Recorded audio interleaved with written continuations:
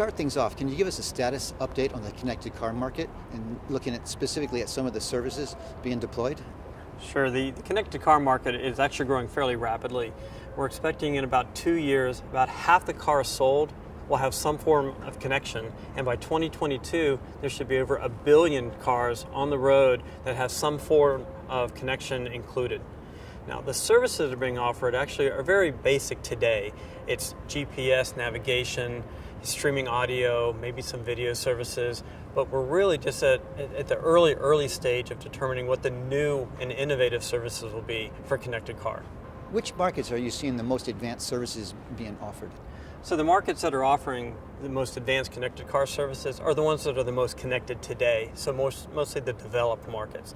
So Asia Pacific, Japan, South Korea, parts of China, Hong Kong, Singapore, the US, and Europe. But again, when we're talking about advanced services, we're still at the very, very early days. You talked about the services being quite basic. Looking to the future, what type of services can we expect to see? So when we look at the automobile, we're looking at a platform that could really offer some advanced connected car services. It supports advanced antenna technologies, so the mobile broadband services will be quite a natural fit. It's a multi-user, multi-person platform as well. Unlimited battery, it has range, it's truly mobile, not just wireless, so that the capabilities and the opportunities are quite extensive. And it's not just entertainment, we're not just streaming video and audio.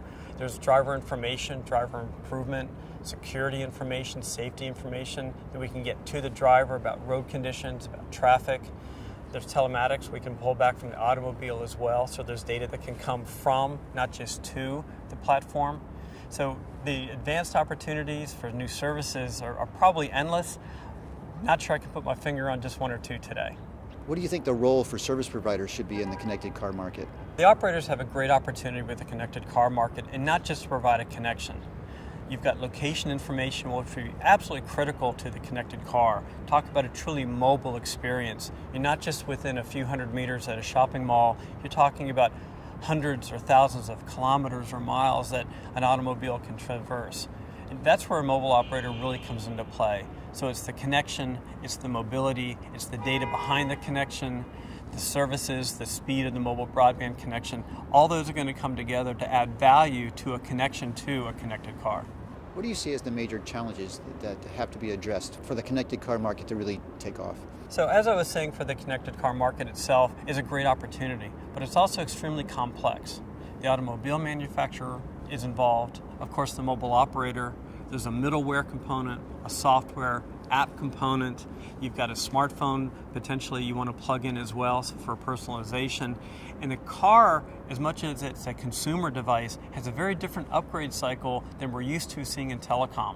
People don't replace their cars every 1 or 2 years, but the technology moves fairly quickly.